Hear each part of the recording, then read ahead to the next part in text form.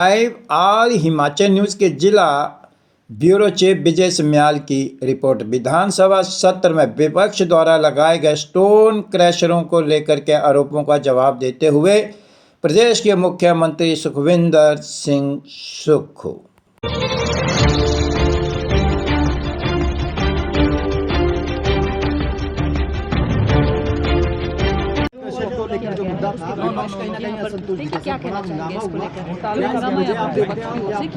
देखिए, जब घोटाले करती है कोई पार्टी तो उसमें हल्ला होता ही है।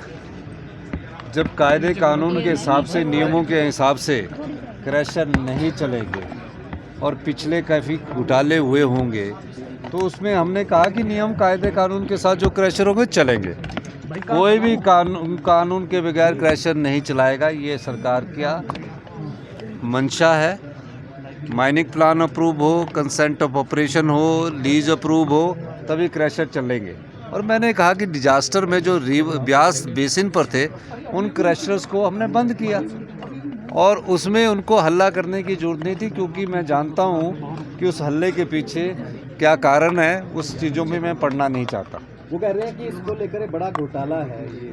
हाँ, हम तो कह ही रहे हैं बहुत बड़ा घोटाला है। हमने कहाँ मना किया? हमने तो घोटाले का वह बयान दिया है।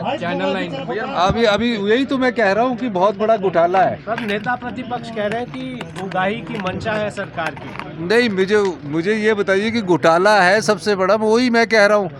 अगर वो, मैंने तो ये कहा, उन्होंने पूछा कि बंद क्यों किए, मैंने बोला डिजास्टर के कारण जो ब्यास नदी में हुआ।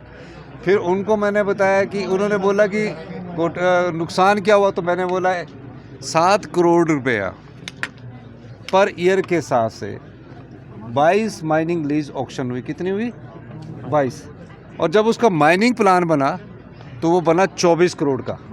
तो ऑक्शन हुई 7 करोड़ की, 10 साल के लिए माइनिंग लीज दे दी। मैंने कहा कि जो 7 करोड़ की माइनिंग लीज आपने हर साल 7 करोड़ देना है, उस आदमी को तो 24 करोड़ देना चाहिए माइनिंग प्लान के हिसाब से, क्योंकि माइनिंग प्लान के हिसाब से उसने कितना मीट्रिक टन माल उठाना है उसकी 80 रुपये रॉयल्टी के हिसाब से पैसा देना चाहिए।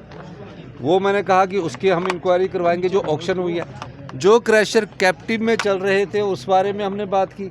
हम तो खुद कह रहे हैं घोटाला है। हम तो घोटाले की जानकारी, अगर उनके पास वो कहना क्या चाहते थे, पूछना क्या चाहते थे, इसी में परेशान हो गए, क्योंकि उन पर दबाव किसी का लग रहा था। मुझे उनको इस दबाव में नहीं आना चाहिए। प्रदेश के हित में जो राजस्व उगाही हो सकती है वो होनी चाहिए। लेकर कह रहे हैं आप एक बात कि बीजेपी शासित राज्य में वाटर सेस दे रहे हैं कई। देखिए, मैं एक चीज़ कहना चाहता हूँ। केंद्रीय सरकार के जो उपक्रम है एनटीपीसी, एसजेबीएनएल और एनएचपीसी, वो तो हमारे खिलाफ, हमारा जो पानी है उसके खिलाफ वो हाई कोर्ट में गए, रिट किए है। सेम कानून जम्मू कश्मीर ने बनाया, सेम कानून आपका उत्तराखंड ने बनाया, उसके खिलाफ वो नहीं गए हैं। वहाँ कोई केंद्रीय उपक्रम गया नहीं है। तो किसी न किसी प्रकार से हिमाचल के हितों पर जो कुठाराघात हो रहा है, किसी न किसी तरीके से उसको रोकने की कोशिश की जा रही है। अब जैसे कि अभी हमारे को जो हमारा बजट में अधिकार बनता है, हमने 9905 करोड़ रुपए का आपदा का हमने लॉस बनाकर भेजा। पिछली सरकारें भी 19, मैंने पूरी डिटेल दी है, उसके बाद भी हमें सिर्फ 6.4% उस नुकसान की भरपाई के लिए मिल रहा है। तो कोई ना कोई कारण है कि भारतीय जनता पार्टी किसी न किसी प्रकार से प्रदेश के लोगों के हितों के पर कुठाराघात कर रही है। इसलिए मैं ये चीज़ आपके ध्यान में लाना चाहता हूँ। तो ये सब चीज़ें बीजेपी किसी न किसी प्रकार से प्रदेश के विकास की गति को रोकने के लिए कोशिश कर रही है। इसीलिए वो जब संकल्प लाए थे आपदा का, उसमें खड़े नहीं हुए। कोई भारतीय जनता पार्टी के विधायक भी बता दीजिए, कोई गृह मंत्री जी के पास गया कि हिमाचल में आपदा आई है, आप वहाँ उनकी मदद कीजिए? कोई सांसद सदस्य गया? 3 साल हमारी सांसद सदस्य गई, प्रतिभा सिंह जी गई, वहाँ उन्होंने बात की। पर इनके 3 सांसद गए। गृह मंत्री जी से बात कर लेते कम से कम कि हिमाचल में आपदा आई है, उसके लिए आप कम से कम हिमाचल के सरकार को ना देखिए, हिमाचल के लोगों के हितों को तो देखिए। तो कहीं देखते नहीं है। सिर्फ इनका काम है कि ध्यान भटकाना है। हमारे पास मुद्दे कुछ नहीं है।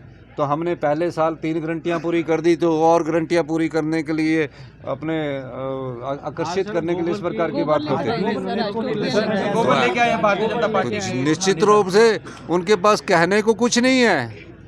एक साल में इस सरकार की पारदर्शिता नजर आई है। आज जब देखा कि उल्टे पांव पड़ रहे हैं सरकार, हमने कहा कि माइनिंग में 100 करोड़ से ज़्यादा का घोटाला